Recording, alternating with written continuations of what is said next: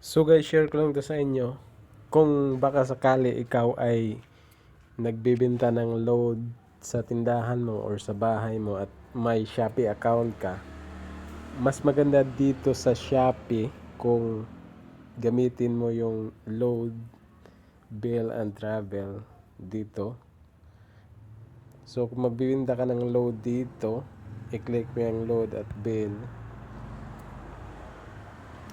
Dito guys, medyo malaki-laki yung percentage na binibigay ni Shopee. So halimbawa dito tayo sa mobile load. Tingnan natin kung makakumita tayo ng malaki dito. So kung nakikita nyo guys, yung flash deal, so medyo malaki-laki sa 200. So ang mga kaltas lang sa'yo is 190, so 10 pesos kagad yung sa'yo. Tapos magpatong ka pa, di ba? Papatungan mo pa yon sa actual. So halimbawa 10 din rin yung patong mo, so 20 na yung kita mo. Sa 150 naman is 5%. So 143 lang ang makakalta sa'yo.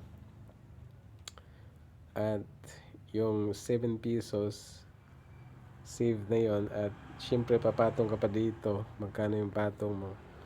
So maraming pagpilian din, nakalagay naman dito yung ikakaltas, minus 2%, minus 10%, mga ganon. So tignan nyo kung saan kayo makasave.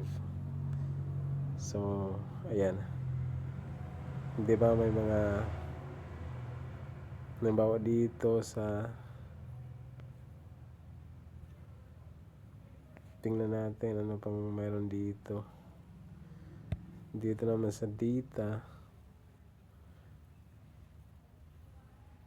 halimbawa sa token text data, so sa 45 all data 10%, so 45 lang makalta sa'yo. So ayan, medyo may makakumita ka dito ng malaki-laki. So pilian nyo lang guys kung saan kayo maka-save or kumita pa ng malaking patong. So yan lang sa video na to guys, at sana may natutunan kayo.